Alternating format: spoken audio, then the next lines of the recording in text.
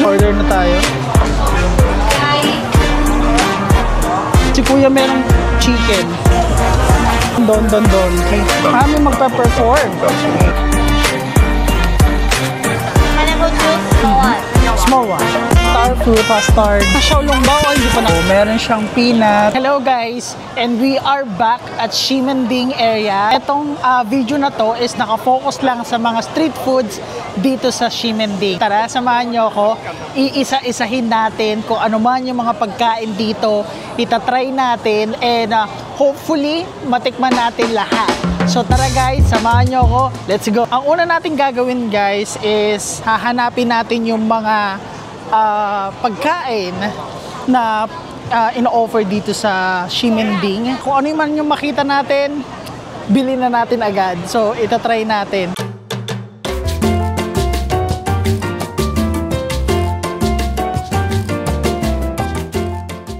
Actually, you know what?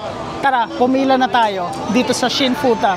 So, ito yung unang-una natin itatry. Medyo mahaba na naman ang pila. Yes, tama ang nakikita nyo. Hello. One Taiwan. Yeah, just one. 520. Alright. So, ito yung in-order natin, guys.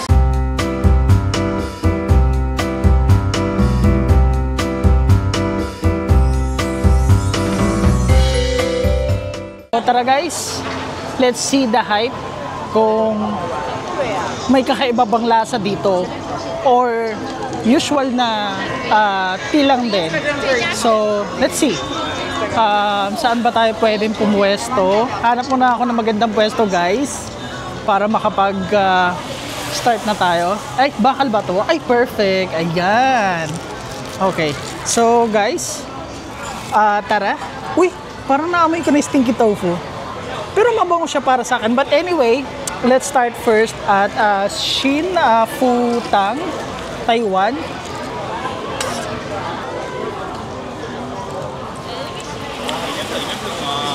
Okay.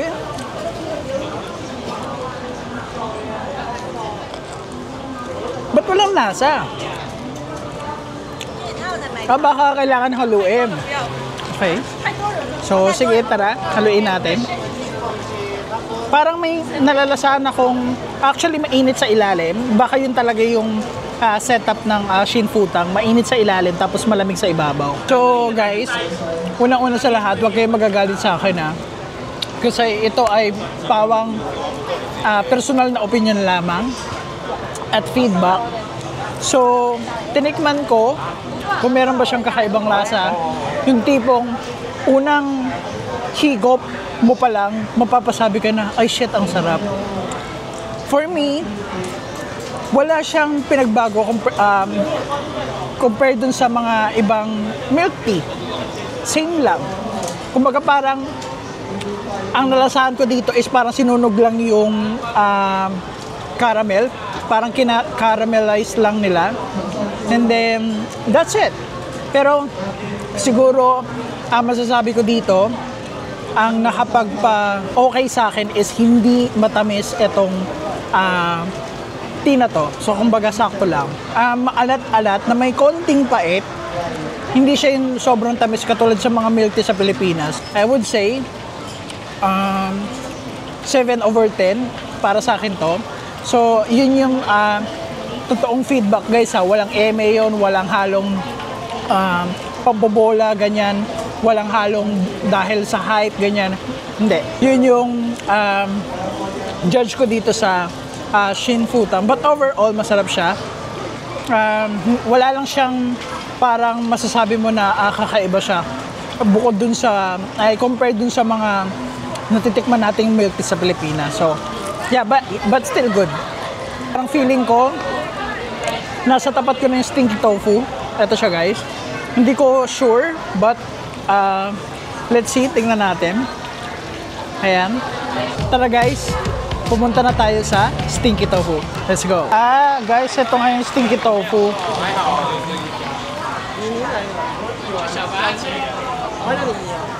Niao. One please. So guys, ito nga yung stinky tofu, 80 Taiwan dollar. So yung pag-process niya, ayan. Tikman na natin tong stinky tofu. But ito to be honest, syempre, I'm just being honest sa inyo guys, diba? So for me, hindi siya mabaho. I mean, kasi mahilig ako sa tokwa. And then yung niluluto din kasi nung mother ko, fried tofu. Tapos parang nilagyan lang ng sibuyas, ganyan, toyo, suka. So parang gano'n lang din yung amoy niya. Walang halong eme. Ayan, ang daming gulay niya, which is good. Alright, so tikman na natin. Okay.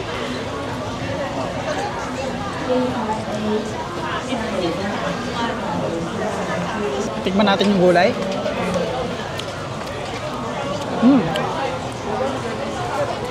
Yung gulay yung medyo may kakaibang lasa. Yung tokwa, masarap siya.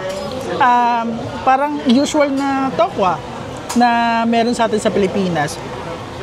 Tapos yung mga cabbage, yung mga ganyan, yung mga carrots, parang binabad siya sa suka ng matagal. So ganun yung lasa niya, which is masarap. Pero when it comes naman sa amoy, na nagsasabi na, ay, ang baho naman yan, ay hindi nila kayang matik. For me, hindi. Hindi siya mabaho, guys. Like, ewan ko, siguro, iba-iba naman tayo, pero for me, hindi. Normal lang. Siguro, may mga, kasi Pilipino tayo, di ba? Like, alam na nating mabaho, inaamoy-amoy pa rin natin. Parang ganon. Pero, kidding aside, hindi siya mabaho sa akin. For me, masarap siya. Kasi, mahilig talaga ako sa tokwa. So, guys, for me, panalo to. I would say 8.5 over 10 yung rating ko dito. Masarap siya guys kapag nilagyan ng chili. Nakapagpadagdag ng flavor. So, parang ito yung ginagawa ng mother ko na piniprito yung tokwa tapos nilalagyan ng sibuyas na may toyo na may suka. So, ganon. Panalo, sarap. Niikot na natin tong Ximending. Malawak din pala siya, no? Ito yung isang sikat na food din. Actually, mahaba yung pila niya. Okay. Ito yung Aichung flour rice noodles. Kita niyo naman guys, di ba? Ang haba ng pila. Bigla ako na-curious, yung flour rice noodles is miswa ba sa Tagalog sa atin?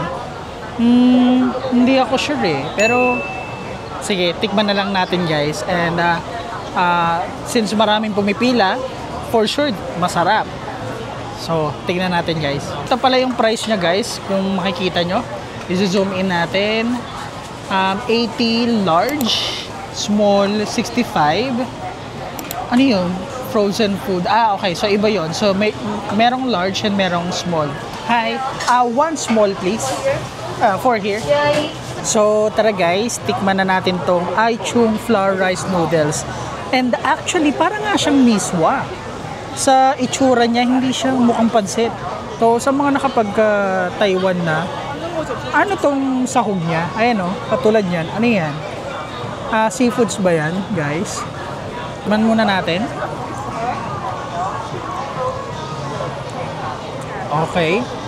For me, yung lasa niya, hindi matabang, hindi maalat, sakto lang. Nakapagpadagdag yung flavor ng mga ingredients nila. Kasi dinagdagan ko ng garlic tsaka vinegar, which is mas lalo nagpasarap. For me, ito guys is para lang siyang miswa sa atin. Hindi ako nagkakamali na may seafood. Then, yung lasa niya is tamang-tama lang. Hindi siya maalat, hindi siya mataba.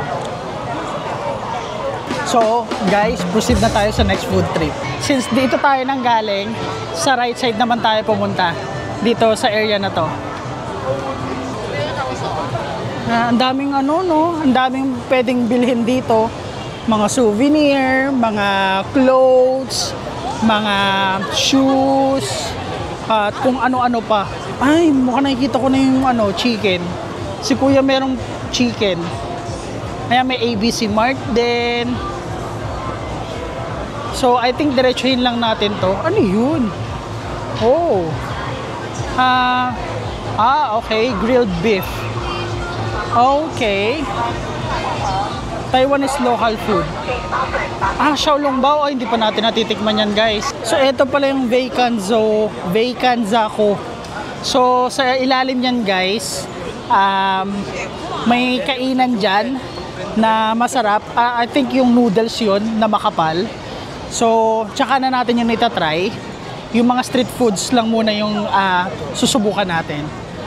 Okay. So, ito pala yun. Actually, hindi ko nga alam kung paano pumasok dyan sa loob eh. Taiwan shape cake. Oh, okay. Okay. Parang 10 yen. Ayan o. Ito pala yung Don Donki. Oh, andito na tayo ulit. Oh, ayan na yung Shimenwa. Hala, bumalik tayo. Ang galing.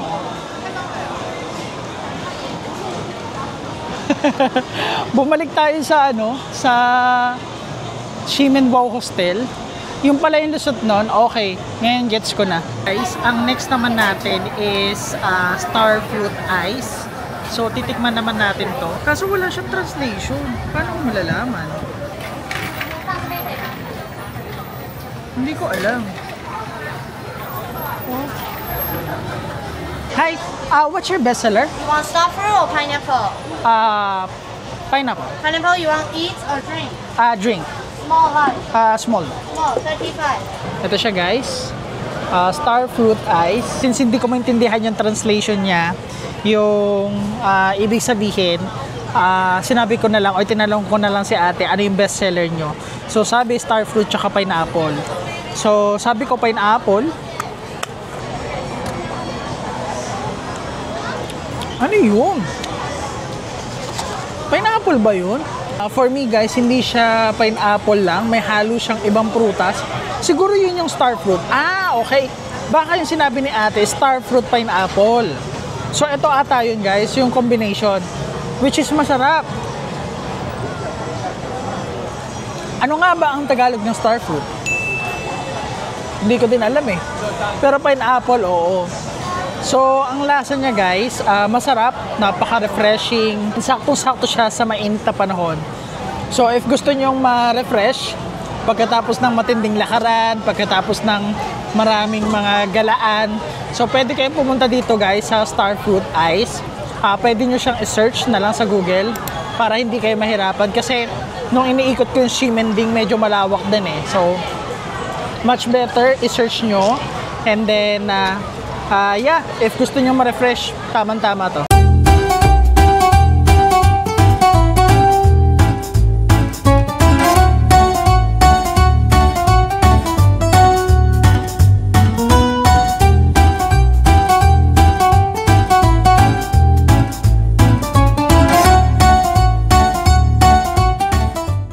Nakita pa akong isang food trip. So siguro ito na yung last na food trip natin muna dito sa Ximending. Sa susunod na yung iba. So may nakita ako dito na Ximending pancake. Ito guys, mukha siyang masarap eh, no? Tapos ito yung mga flavor. Ayan, corn and cheese, pork plus and cheese, tuna, ham, custard. So ano kaya dito? Tsaka 30 lang oh. Red beans, peanuts, sesame. Hi. One peanut sesame. Bili natin tong Ximending pancake for 30 NTD. Amoy pa lang, pancake na. So, eto siya guys. Meron siyang peanut, tapos sesame. Ang weird. So, peanut, tapos sesame. Pero sige, tikman natin. Don't judge the book by its cover, di ba nga?